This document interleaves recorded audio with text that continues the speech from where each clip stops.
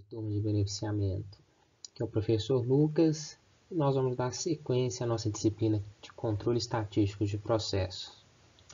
Nos últimos vídeos, referente à última aula, a gente fez uma breve introdução sobre o que é a carta de controle, ferramenta idealizada, desenvolvida aí por Schwartz, e entendemos algumas características, vantagens, como que ela pode ajudar na melhoria do processo, principalmente quando a gente está falando de melhoria contínua do processo, que foi uma idealização de Deming através do ciclo PDCA, né? Que planejar, fazer, analisar, refazer, tá? Então, sempre melhoria contínua do processo. Aplica a análise em cima do resultado e adequa o resultado, o processo de acordo com o resultado. Então, vamos entender hoje os tipos de cartas de controle que nós podemos trabalhar. Então, a gente vai ter tipos diferentes de cartas de controle que a gente vai lidar, que expressam informações diferentes. Primeira coisa importante, a gente precisa saber que as cartas de controle lidam com amostras.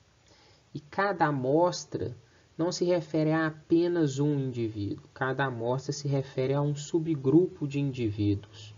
Então, cada amostra se refere a um subgrupo de indivíduos. E esse subgrupo de indivíduos são tomados na sequência da produção, de forma a minimizar os efeitos de equipamento, os efeitos do ambiente dentro daquela mesma amostra. Ou seja, quando a gente pega os indivíduos logo na sequência de produção, a gente tem que as características daqueles indivíduos são muito próximas e a amostra vai ser caracterizada pela informação média daqueles indivíduos. Quando a gente está falando de atributos, lembrem lá, atributos são aquelas classificações binárias. A gente só classifica em duas situações. Tem defeito ou não tem defeito? Está colorido ou não está colorido? Quebrou ou não quebrou? Então, se a gente estiver lidando com atributos, os subgrupos têm que ser formados aí pelo menos por 50 indivíduos. Se a gente está falando de variáveis, que são as características contínuas da amostra, tamanho, cores, diferentes cores, tá? Variação de diâmetro, a gente vai precisar formar esses grupos com 4 a 10 indivíduos. É muito comum a gente usar 5 ou 6 indivíduos para formar subgrupos de variáveis, tá? Esses subgrupos vão ser utilizados para traçar os pontos na nossa carta de controle, e esses pontos a gente vai ter como referência uma linha central que esboça a média dos parâmetros, como se fosse um objetivo, o caso ideal. Então, a gente vai ter essa linha central para a gente usar como referência. E a gente vai ter outras duas linhas que são que representam os limites. O limite superior de controle e o limite inferior de controle. Esses limites eles são estabelecidos por 3 desvios padrões. Então, vamos fazer um desenho aqui rápido, mas mais para frente a gente tem algo com maior qualidade. Supondo que essa linha aqui seja a nossa linha central, a gente vai ter uma segunda linha que determina o meu limite superior e uma terceira linha que determina o meu limite inferior. O meu limite superior é a média mais 3 desvios padrões. O meu limite inferior é a média menos 3 desvios padrões, tá? Por fim, os pontos fora desses limites, tanto superior quanto inferior, eles indicam a ocorrência de causas especiais de variações. Por quê? São variações muito grandes e que não ocorrem com frequência. Então, lembrando lá, as nossas causas especiais de variações devem ser eliminadas, elas não podem continuar acontecendo no nosso processo produtivo. São situações como ferramenta quebrada, falta de energia, ferramenta descalibrada, sensor descalibrado. Então, são coisas que devem ser corrigidas e que geram uma variação muito grande no produto final. O exemplo que eu falei com vocês aqui, ó, um gráfico de controle padrão, meu limite superior representado por esta linha aqui, o meu limite inferior representado por esta linha aqui, de baixo. O meu limite central, né, a minha linha central, minha linha de centro, representada por essa linha pontilhada. Então, o ideal, o caso perfeito, seria o caso em que todos os pontos estivessem em cima dessa linha pontilhada. Essa linha pontilhada é a média dos valores. O meu limite superior equivale à média mais 3 desvios padrões. E o meu limite inferior é igual à média menos 3 desvios padrões. Perfeito? Então, resumindo tudo que eu falei no slide anterior, a gente está colocando graficamente para ficar mais claro para nós, tá? Como que a gente vai construir um gráfico de controle? Então, um valor aceitável da quantidade de subgrupos é a gente trabalhar com 25 subgrupos, tá? Mais uma vez, o tamanho de cada subgrupo depende do tipo de gráfico. Mas a gente já viu que um valor, se a gente estiver tratando de variáveis, um tamanho de 5 a 6 indivíduos por subgrupo, num total de 25 subgrupos. Tá? A gente precisa registrar toda mudança que ocorreu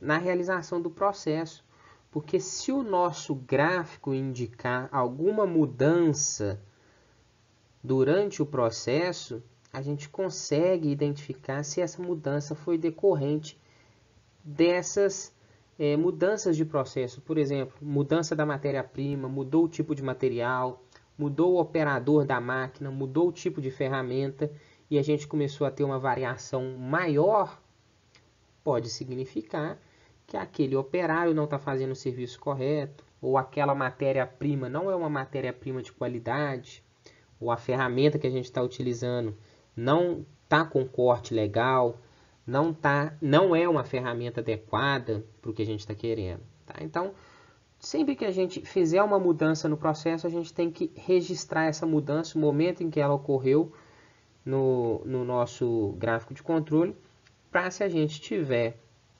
alterações nos dados, a gente poder correlacionar essas alterações às mudanças do processo, se elas tiverem relação. Tá? A gente vai calcular os limites de controle, tanto superior quanto inferior, e vai escrever esses pontos no gráfico de controle. Tá? Considerações. O processo só vai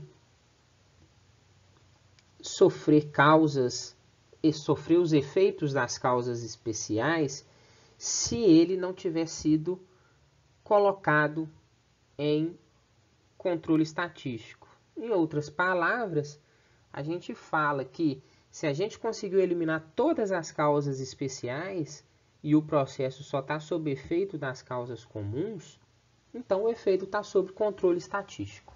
Tá?